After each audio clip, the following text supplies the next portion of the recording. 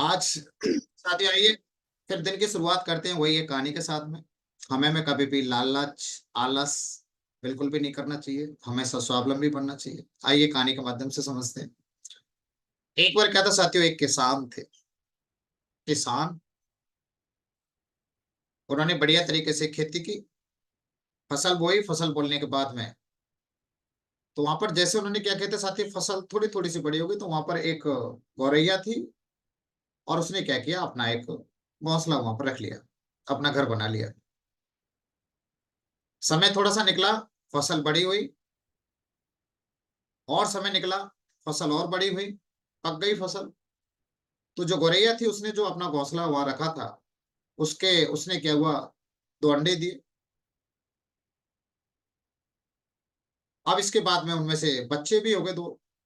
बच्चे अभी बिल्कुल ना तो चल सकते थे ना उड़ सकते थे।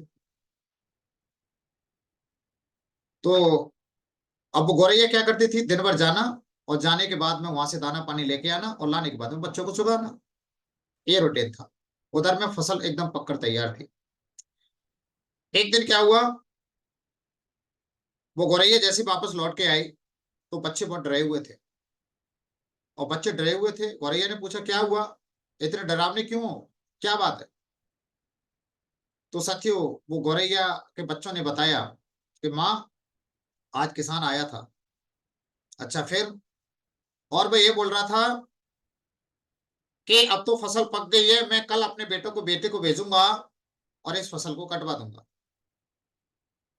और ऐसा बोलने के बाद में उस माँ ने बोला, बेटा चिंता मत करो, ये फसल कल नहीं कटेगी। और इसके बाद में क्या हुआ साथियों, कल हुई, और यह हुआ कि वो फसल, उसका बेटा नहीं आया, फसल नहीं कटी। फिर इसके बाद में क्या हुआ साथियों, वही रूटीन था। उस समय कुछ दिन गुजरे, कुछ दिन गुजरने के बाद में फिर दोबारा से एक दिन गौरैया वापस आती है तो फिर बच्चों को वही डरावना पाती है। और डरावना पाने के बाद फिर भयभीत जब देखा तो पूछा कि भाई क्या बात है बेटा, क्यों परेशान दिख रहे हो। कि मैं आज फिर किसान आया था। फिर क्या हुआ, क्या कह रहा था, किसान कह रहा था कि मैं अपनी पत्नी को और अपनी बेटी को दोनों को भेजूंगा, कुछ भी हो जाए अब तो इस फसल को मैं कटवा ही दूंगा। फिर उस गौरैया ने बोला कि बेटा चिंता मत करो, ये फसल कल भी नहीं कटेगी। फिर इसके बाद में क्या हुआ साथियों, थोड़ा सा समय और गुजरा। समय और गुजरने के बाद में फिर एक दिन बच्चे भयभीत थे। और फिर उस गौरैया ने पूछा कि बेटा क्या बात है, क्यों क्यों परेशान लग रहे हो। कि माँ, आज फिर किसान आया था। अच्छा फिर, और मैं ये बोल रहा था कि कुछ भी हो जाए मैं कल तो अपने मजदूरों को यहाँ भेज दूंगा और इस फसल को कटवा ही दूंगा। गौरैया फिर बोली, चिंता मत करिए, फसल कल भी कटने वाली नहीं है।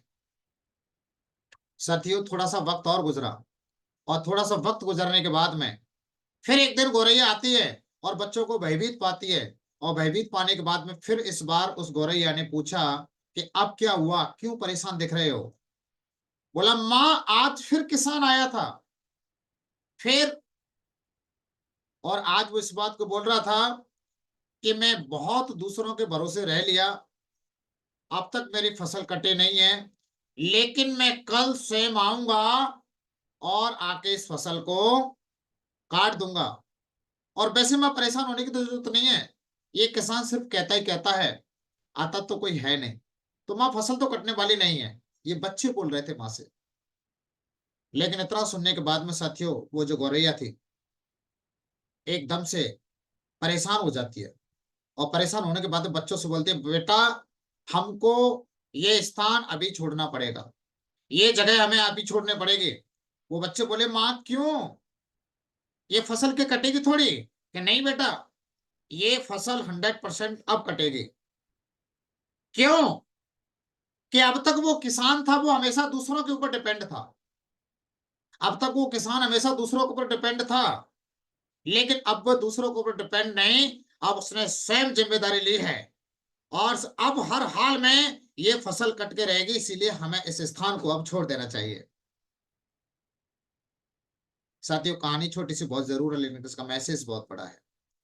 यही अक्सर करके होता है हमारी जिंदगी में, जब हम दूसरों के ऊपर डिपेंड रहते हैं, मेरा काम ये कर देगा, ये काम कर देगा, ये काम कर देगा, ये काम कर देगा, तो उस समय साथियों कहने कि वो हमारा काम होता नहीं है और हमें नुकसान हो जाता है।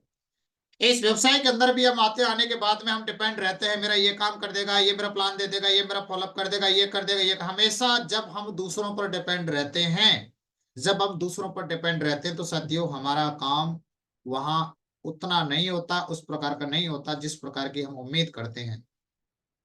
लेकिन जब हम स्वयं दिल से जिम्मेदारी को उठाते हैं ना, कि मैं खुद प्लान करूंगा, मैं खुद फॉलोअप करूंगा, मैं खुद जिम्मेदारी लेता हूं, मैं खुद एफआईएम करूंगा, मैं अपनी जिम्मेदारी लेता हूं, अपने टीम की जिम्मेदारी लेता हूं।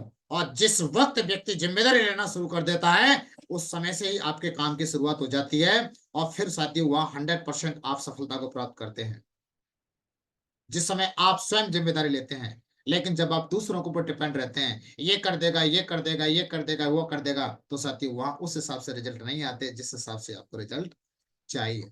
तो मुझे पूरा भरोसा साथियों, अभी आप बहुत सारे साथी हैं, लगातार आप सीख रहे हैं, लगातार आप मोटिवेट हो रहे हैं, लगातार आप आगे बढ़ रहे हैं, नॉलेज आपकी अपडेट होती चली जा रही है। ढेर सारे लोगों ने ढेर सारी एक्टिविटीज को अटेंड किया है, दिशा सेशन आपने अटेंड किया, बहुत कुछ सीखा, बहुत मोटिवेट हुए, लगातार कोड ट्रेनिंग आपने अटेंड की, लगातार बहुत कुछ सीखा, बहुत कुछ मोटिवेट हुए, लगातार 8 स्टेप ट्रेनिंग को आप अटेंड कर रहे हैं, लगातार मोटिवेट हो रहे हैं, हर संडे के सेमिनार को अटेंड कर रहे हैं, लगातार मोटिवेट हो रहे हैं, लगातार हमारे बढ़िया बढ़िया शानदार गजब हमारे दमदार लीडरों के सानिध्य में आप लगातार रह के काम कर रहे हैं, लगातार आप उनके माध्यम से भी सीख रहे हैं।